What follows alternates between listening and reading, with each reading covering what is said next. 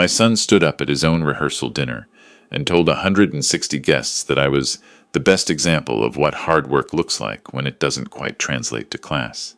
He laughed when he said it, like it was a toast, like it was affection. I was sitting near the back of the ballroom at the Magnolia Club in Savannah because my daughter-in-law's mother had organized the seating chart by what she called family background and social standing. Her words, delivered to me over the phone 2 weeks prior, with the warmth of a certified letter from a collections agency. I didn't respond, didn't make a face or raise my voice. I just folded my napkin, set it beside my plate, walked out to my truck, and drove the 2 hours back to Chattanooga alone. I remembered every single word. My name is Clive Hendricks. I'm 63 years old. I own Hendrick Industrial Fabrication, 6 locations across Tennessee and northern Georgia, 230 employees, and a reputation in the trade that took me 30 years to build from nothing. Before I tell you what happened when my son called me 3 weeks after his honeymoon to ask for my Route 9 property, the original shop, the one appraised last October at $1.9 million, hit subscribe, because what happened in that shop changed more lives than just mine. I grew up in Pikeville, Tennessee, 2-bedroom house. My father worked the floor at a textile mill for 22 years before the company packed up and moved operations overseas. My mother cleaned office buildings at night. We weren't poor in the way people like to romanticize. We were poor in the practical way, the way where you hold your breath when you open the mailbox, because something in there usually means a bill you can't pay. Christmas gifts were useful things. Steel-toed boots, a box of drill bits, a good pair of work gloves. My father was not a sentimental man, but he understood the value of things that last. When the mill closed, he never found work that paid the same. I watched something go quiet in him that never really came back. That was my first education in what it costs when someone takes away the thing you built your life around. My Uncle Pete ran a welding outfit out of a cinder block garage in Bradley County. He started teaching me the trade when I was 13, every summer, no charge. He believed in keeping skills in the family. By the time I was 20, I had my certifications. A second-hand MIG welder I'd bought off a guy in Dayton for $800, and a rented bay in a mechanics shop on Route 9 in Chattanooga. First year I made $31,000 and lived on sandwiches and cold coffee. Second year I hired one man. Third year, 2. 28 years after that, Hendrick Industrial Fabrication does $4.2 million in annual revenue and supplies structural components to manufacturing plants across the Southeast. Not bad for someone whose class doesn't quite translate. Here is what I never told my son. Every quarter, quietly, I write a check to the Chattanooga Veterans Trade Training Center. They take veterans, men and women coming back from service with no civilian job history, nowhere obvious to go, and they teach them welding, pipe fitting, electrical work. Real skills. The kind that hold their value when everything else shifts. I've been funding the center since it opened in 2009. No announcements. No plaques with my name on them.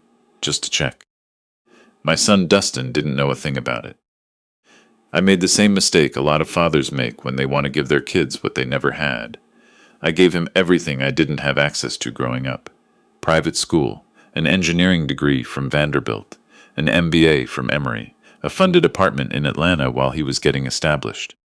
A new truck at 25. I told myself this was being a good father. What I was actually doing was raising someone who never had to wonder whether things would work out, because they always had. Dustin met his wife at Emory during his second year. Her family has old Georgia money, going back to cotton trading in the 1800s, then real estate, then whatever it is that keeps old money families from ever having to think about money too carefully. Her mother, Constance, belongs to 3 country clubs and once mentioned to me, and I am not making this up, that she could trace her lineage to the Mayflower. She said it like it explained her character, like longitude and latitude from the year 1620 conferred something useful. My son fell hard, not just in love with the woman, but with the whole world she came from. A world he'd been adjacent to his whole life because I'd paid for him to be, but never actually inside.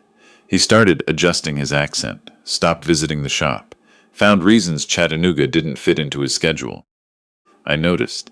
I just kept hoping it would correct itself. 2 weeks before the wedding, he called on a Sunday morning while I was going over estimates at the shop. "Dad, we need to talk about something." I knew the tone. Same one he'd used at 19 when he needed me to co-sign his lease. Same one when at 22, when there was a situation with a credit card he hadn't mentioned. What is it, son? It's about the ceremony. Constance has certain concerns. About how things look. Her business contacts, their friends, they'll all be there. He stopped and started over. About optics, with your background. I said, are you telling me not to come to your wedding? A silence long enough that I could hear traffic on whatever street he was standing on. I think it might be better, Dad, for everyone. I held the phone and looked out through the bay door at Route 9. At the street I'd walked up, carrying that second-hand welder over my shoulder at 20 years old.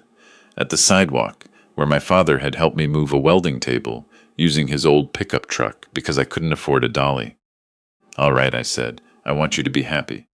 He thanked me and sounded relieved, which was somehow harder to take than anything else he could have said. The Saturday of his wedding I spent at the Veterans Trade Training Center, helping a group of men practice MIG welding on carbon steel. Good men, several of them not much younger than Dustin. All of them working with their hands, building something from nothing the only way that actually works.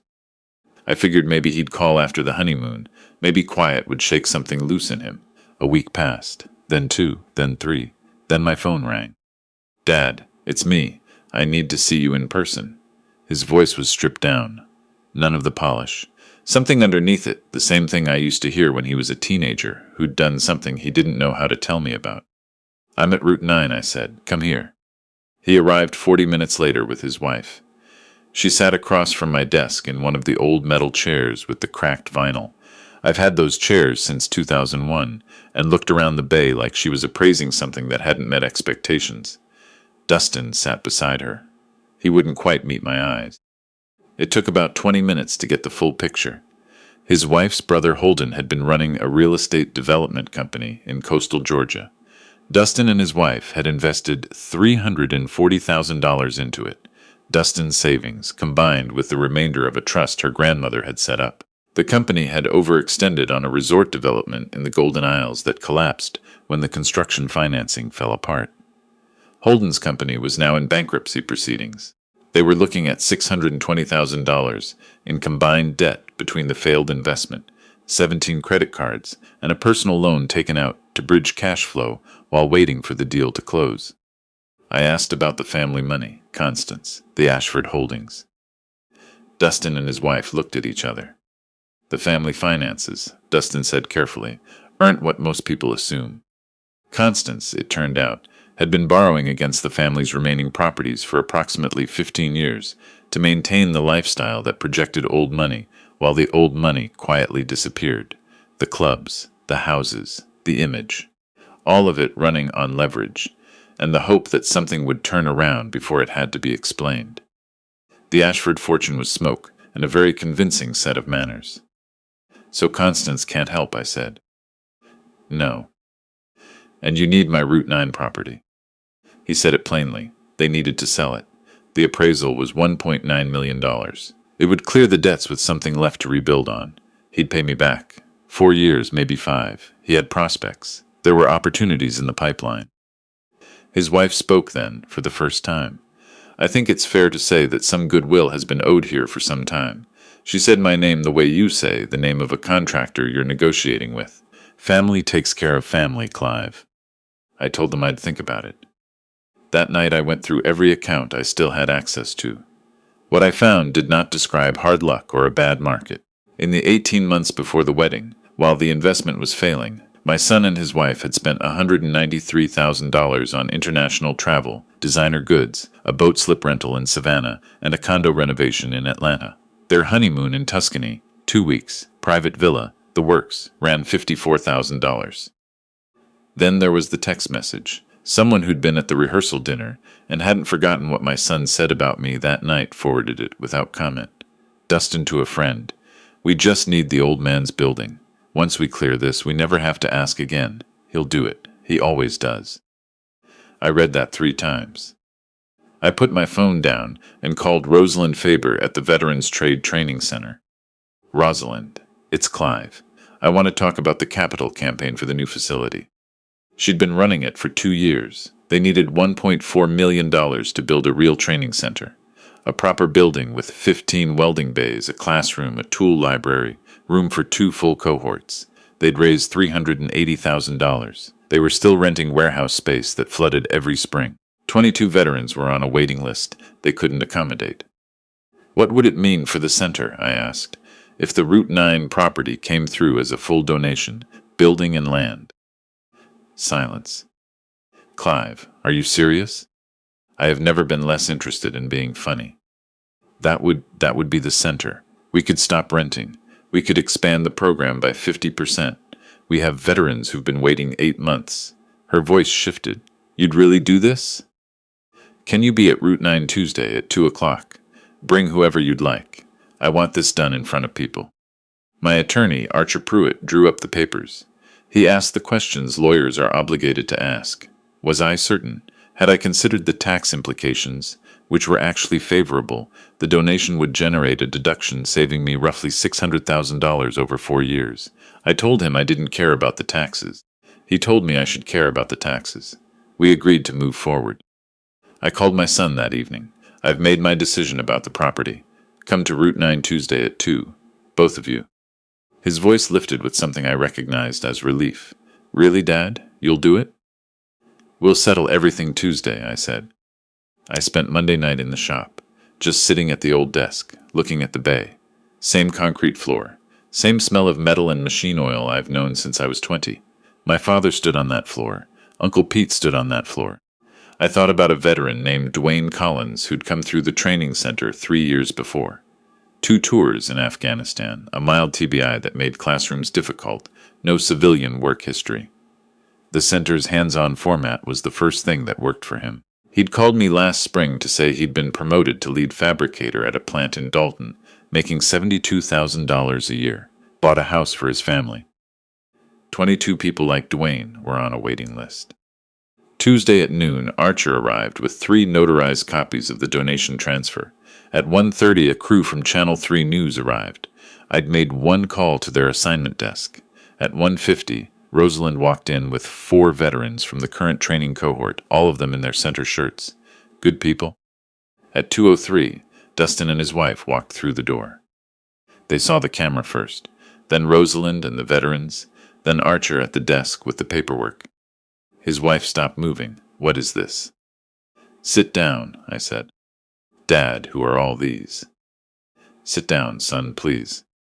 They sat. The reporter positioned herself near the window. Archer stood to the side. I stayed behind my desk. 3 weeks ago you came to me and asked for this property, I said. You told me you needed it because you were in financial trouble. That family takes care of family. You told me goodwill was owed. I looked at my son's wife when I said that last part. She held my gaze. You were right about one thing.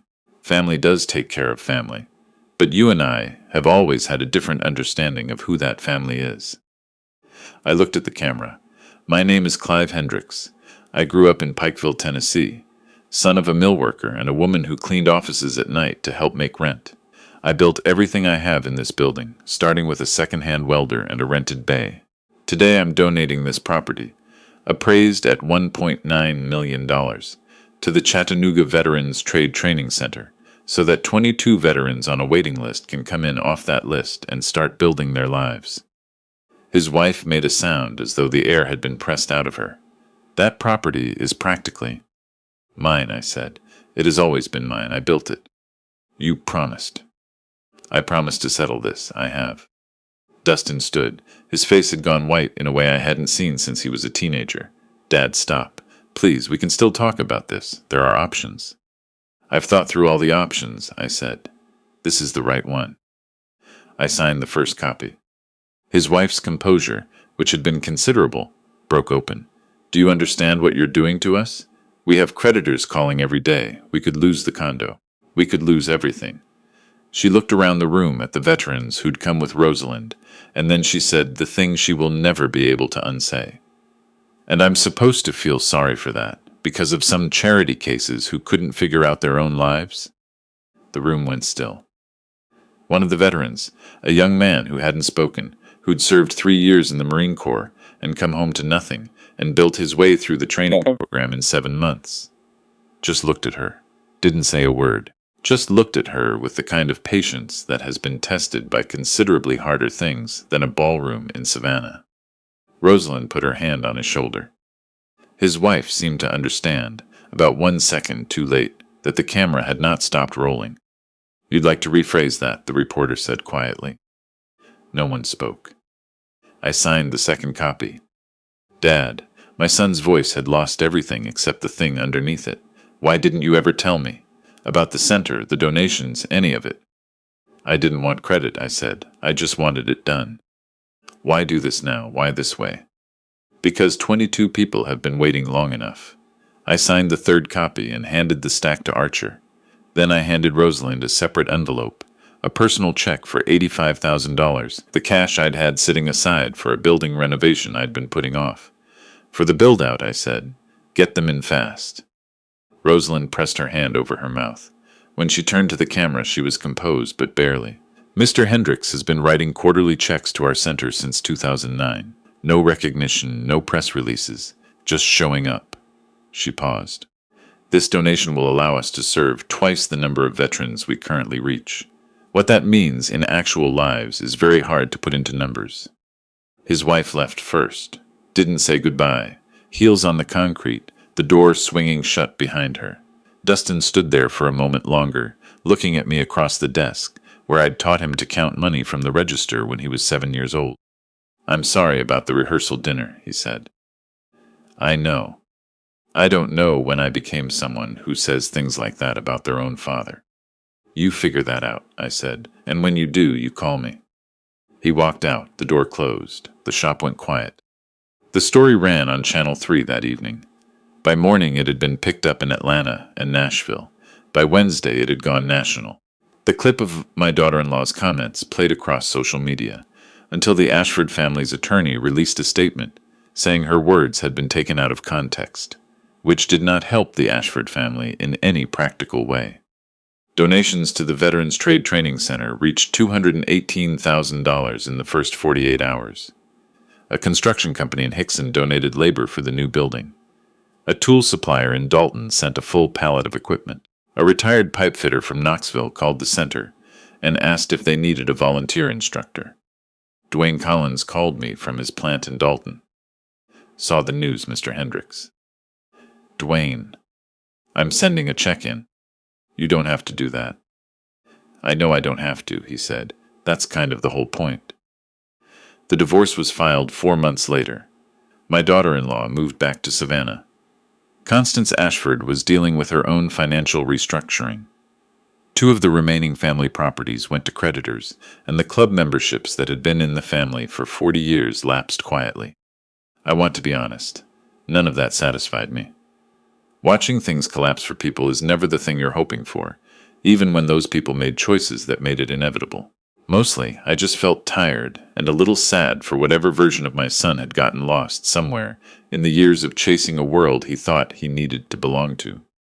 8 months after the donation, I stood in the parking lot on Route 9. Same address, different building, different future, for the ribbon cutting of the new Chattanooga Veterans Trade Training Center.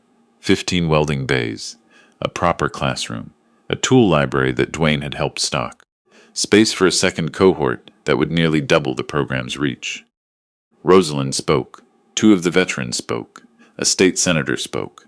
I mostly just stood and looked at the building, going up on the same ground, where I'd unloaded a second-hand welder off a flatbed truck at 20 years old and thought, this is where it begins. Dustin was there. I hadn't known he was coming. He stood at the edge of the parking lot in jeans and a work jacket I recognized, one I'd given him years ago that I'd assumed he'd gotten rid of. He looked thinner, more like himself, actually, in a way that was hard to explain but unmistakable. After the ribbon was cut, he came over. He had an envelope.